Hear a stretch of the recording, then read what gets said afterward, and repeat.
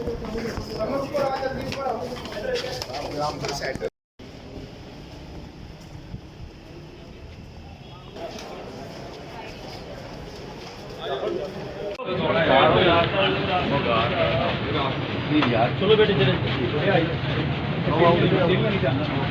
वालेकुम नाजरीन, मैं हूं आपका मेज़बान हसन अली और आप देख रहे हैं मेरा YouTube channel WTV ultra HD।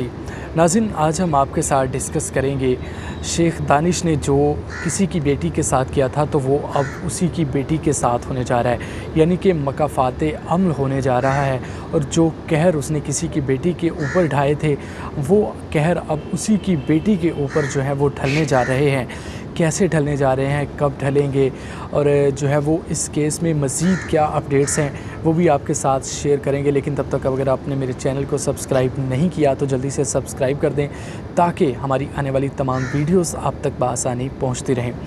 तो नाज़रीन, आगे चलते हैं और आपको बताते हैं कि इस केस ने जो है वो अभी तक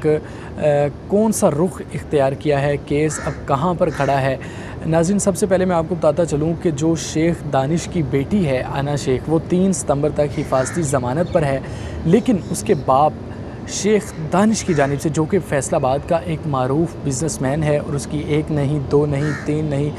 4 एक्सपोर्ट की फैक्ट्रियां हैं जहां पर उसके हज़ारों मुलाजमीन भी काम करते हैं। जब अना शेख को अदालत पेश किया गया तो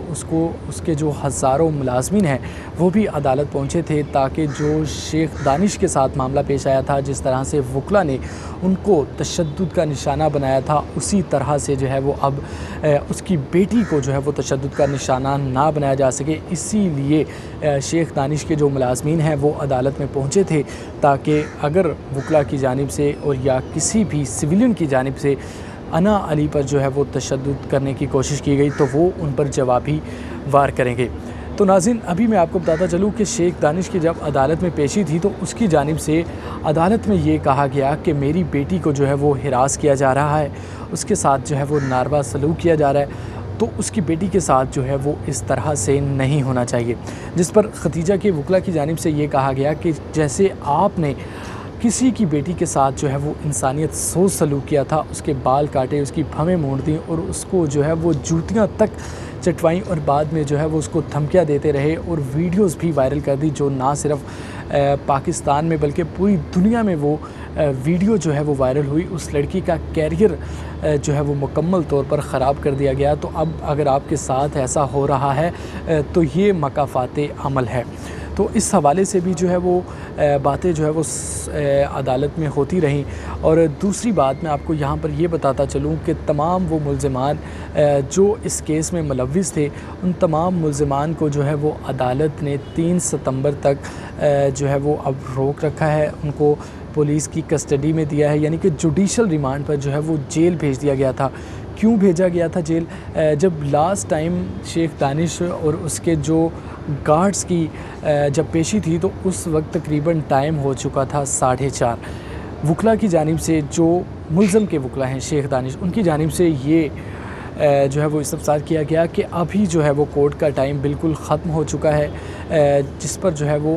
बयान रिकॉर्ड नहीं हो सकते। चूँकि कल खतीजा भी अदालत में मौजूद थी और उसके फेस एक्सप्रेशन से यही लग रहा था कि आज जो वो बयान रिकॉर्ड करवाने के लिए अदालत में आई है, तो जिस तरह से उसके साथ जो सलूक किया था शेख दानिश ने, उसके गार्ड्स ने, उसके मुबैना मुलाज़मा या उसकी बीवी माहम ने,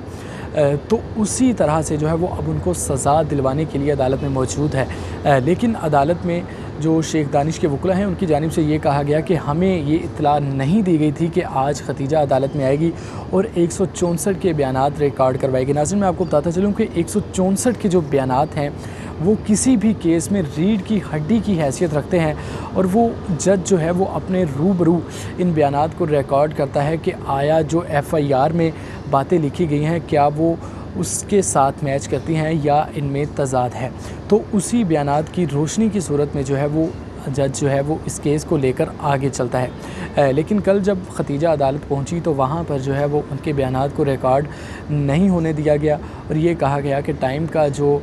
کورٹ کا جو ٹائم ہے وہ اس وقت بالکل ختم ہو چکا ہے، یعنی اس کیس کو جو ہے وہ ملتوی کیا جائے اور کوئی نئی ڈیٹ دی جائے، اور اس دن جو ہے وہ تمام باقی ملزمان جو اس کیس میں ملوث ہیں، شیخ دانش، اس کے ذاتی گارڈز اور ماہم، وہ بھی عدالت میں موجود ہوں گے اور دونوں کے بیانات جو ہیں وہ ایک دوسرے کے سامنے ریکارڈ کیے جائیں گے، جس پر عدالت نے استفسار کیا تھا کہ آپ ایک اپلیکیشن لکھ کر دیں جس میں جو ہے وہ آپ یہ لکھیں گے کہ ابھی جو ہے وہ کورٹ کا ٹائم ختم ہو چکا ہے اور عدالت اس کیس کو جو ہے وہ ابھی نہیں سن سکتی، جس پر وکلا کی جانب سے وہ اپلیکیشن بھی لکھ کر دی گئی اور عدالت نے جو ہے وہ اس کیس کو 3 ستمبر تک ملتوی کر دیا تھا اور یہ کہا گیا تھا کہ تمام وہ ملزمان جو اس کیس میں ملوث ہیں ان کے بیانات بھی 3 ستمبر کو ریکارڈ کیے جائیں گے، جبکہ انا شیخ جو کہ شیخ دانش کی بیٹی ہے اس کو بھی عدالت نے 3 ستمبر تک جو ہے وہ حفاظتی ضمانت پر رکھا ہوا ہے، تو وہ بھی 3 ستمبر یعنی ہفتے والے دن ڈسٹرکٹ کورٹ فیصل آباد میں آئیں گی اور اپنے بیانات جو ہیں وہ بھی انہوں نے ریکارڈ کروانے ہیں اور اس حوالے سے جو ہے وہ فیصلہ بھی ہوگا کہ شیخ دانش کی بیٹی کو جو ہے وہ گرفتار کرنا ہے یا مزید ان کو جو ہے وہ حفاظتی ضمانت پر بھیجا جائے گا۔ تو اس حوالے سے جو ہے وہ اب تمام تر بیانات 3 ستمبر کو ریکارڈ ہوں گے۔ یہاں پر نہ صرف پولیس کی جانب سے ایک FIR درج کی گئی تھی بلکہ FIA سائبر کرائم نے بھی جو ہے وہ ایک FIR درج کی تھی، جس کا یہ متن تھا کہ ان کی جانب سے جو ختیجہ ہے اس کی ویڈیو وائرل کی گئی تھی، جس کی بنا پر شیخ دانش، انا شیخ اور ماہم پر جو ہے وہ ایک کیس الگ سے دائر کیا گیا تھا، جس پر آج FIA کی جانب سے جوڈیشل مجسٹریٹ حسن بلال کو ایک درخواست لکھی گئی تھی کہ وہ ان ملزمان کو FIA کی کسٹڈی میں دیں، جس پر FIA کی جانب سے کل تمام ملزمان کو عدالت پیش ہونے کا حکم دیا گیا ہے اور اس کے بعد یہ فیصلہ ہوگا کہ آیا تمام ملزمان کو FIA کی کسٹڈی میں دیا جائے گا یا عدالت جو ہے وہ اس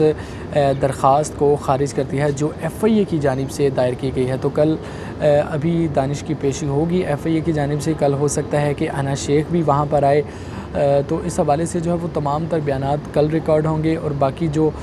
پولیس کی جانب سے مقدمہ درج کیا گیا تھا اس حوالے سے جو ہے وہ 3 ستمبر کو بیانات ریکارڈ کروائے جائیں گے۔ تو جو بیانات بھی سامنے آئیں گے تو اس حوالے سے جو ہے وہ آپ کے ساتھ تمام تر چیزیں جو ہیں وہ سامنے رکھی جائیں گی، لیکن تب تک اپنے میزبان حسن علی کو اجازت دیجیے۔ اللہ حافظ۔